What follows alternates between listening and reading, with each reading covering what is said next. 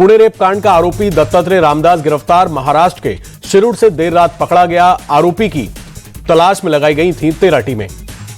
आरोपी ने 25 फरवरी को रेप कांड की वारदात को दिया था अंजाम। आरोपी दत्तात्रेय रामदास पर 1 लाख का इनाम किया गया था घोषित। वारदात के 65 घंटे बाद पुलिस ने आरोपी को किया गिरफ्तार। पुणे रेप केस के आरोपी को पुलिस कोर्ट में पेश करेगी।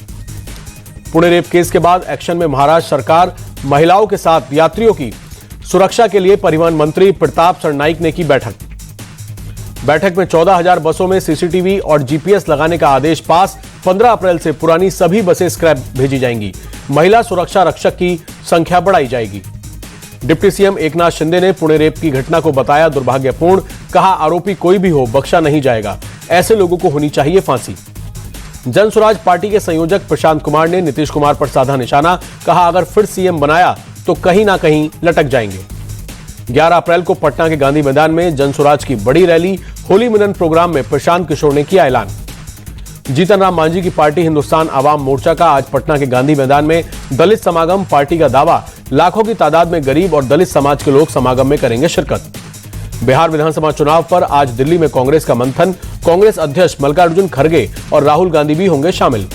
कांग्रेस की बैठक में बिहार में आरजेडी के साथ गठबंधन और सीटों के बंटवारे पर भी होगी चर्चा। बिहार के सभी बड़े नेता सहित प्रभारी कृष्णा अल्लावरू रहेंगे बैठक में मौजूद।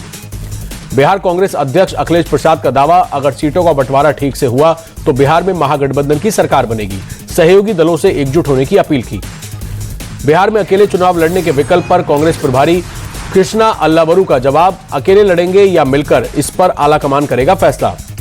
शराब नीति पर आई कैग की पहली रिपोर्ट विधानसभा स्पीकर ने पीएसी को भेजी। कमेटी 3 महीने में देगी रिपोर्ट। आबकारी नीति पर जांच के लिए पीएसी का होगा गठन। स्पीकर ने 1 महीने के अंदर एक्शन टेकन रिपोर्ट पेश करने को भी कहा।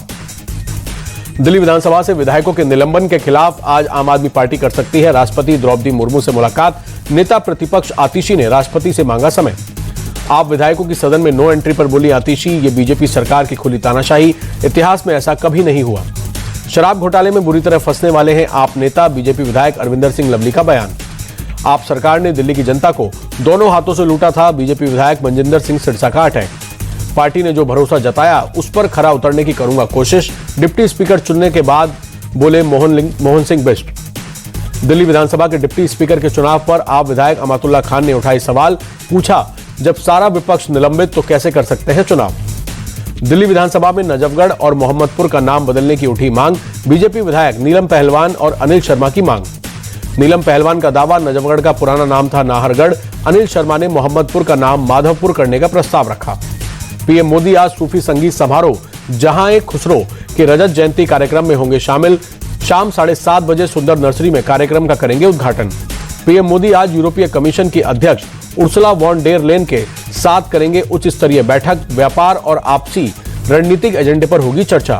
पीएम मोदी से मुलाकात से पहले उर्सुला ने भारत को बताया भरोसे का साथी। कहा टकराव और कंपटीशन के इस दौर में यूरोप को भारत जैसे भरोसेमंद साथी की जरूरत। 2 दिवसीय भारत दौरे पर आई उर्सुला वॉन डेर लेन ने गुरुवार को विदेश मंत्री एस जयशंकर से मिली। वॉन डेर लेन के नेतृत्व में आए प्रतिनिधिमंडल में ईयू के 22 आयुक्त शामिल। दिल्ली में असम नेताओं के साथ कांग्रेस अध्यक्ष खड़गे ने की बैठक। राहुल गांधी भी रहे मौजूद। बैठक के बाद कांग्रेस सांसद गौरव गोगोई बोले चुनावी राज्यों में कांग्रेस पूरे दमखम के साथ उतरेगी। बीजेपी के भ्रष्टाचार की लंका को मिलकर ध्वस्त करेंगे। हरियाणा कांग्रेस से पूर्व विधायक रामबीर सिंह समेत 5 नेताओं को पार्टी से निकाला। पार्टी विरोधी गतिविधियों में शामिल होने का आरोप लगाया।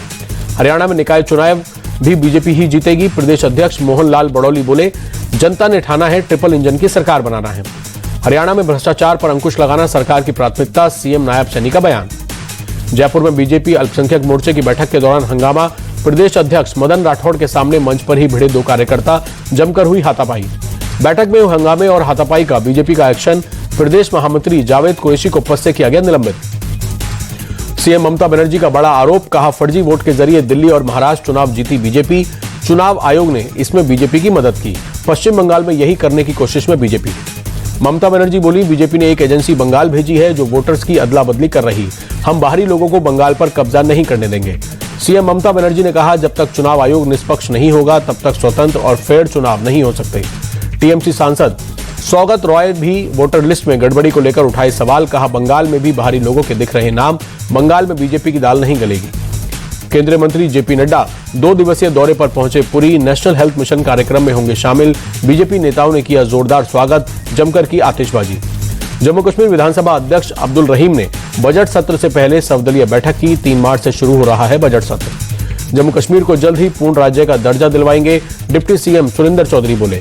सरकार को बदनाम करने वाली हर साजिश का पर्दाफाश होगा। महाकुंभ हादसे पर अखिलेश यादव ने फिर सीएम योगी को घेरा, कहा सच को छिपाना अपराध बोध की निशानी। प्रयाग महाकुंभ में बने 3 गिनीज बुक रिकॉर्ड। 4 अलग अलग राज्यों में 360 लोगों ने एक साथ गंगा की सफाई का रिकॉर्ड बनाया। प्रयागराज में महाकुंभ समापन के बाद सामान्य हो रहा जनजीवन, सड़कें हो रही खाली, मेला क्षेत्र में दौड़ रही हैं अब गाड़ियां। नेपाल में भूकंप के तेज झटके, 6.1 रेक्टर स्केल पर मापी गई तीव्रता। बिहार यूपी में भी झटके महसूस हुए। देर रात 2:35 पर महसूस किए गए झटके। नेपाल के सिंधुपाल चौक जिले में रहा भूकंप का केंद्र। नेपाल में जमीन के 10 किलोमीटर नीचे था भूकंप का केंद्र। किसी जानमाल के नुकसान की खबर नहीं। श्रीनगर में बर्फबारी का दौर जारी, सफेद चादर से लिपटे पहाड़। बर्फबारी के चलते लुढ़का पारा। बर्फबारी के बीच हल्की बारिश का भी दौर जारी। पारा लुढ़कने के चलते बड़ी ठुठरन, पहाड़ों से लेकर मैदानी इलाकों तक बिछी बर्फ। श्रीनगर में बर्फबारी के चलते यातायात बाधित, कई रास्ते हुए बंद।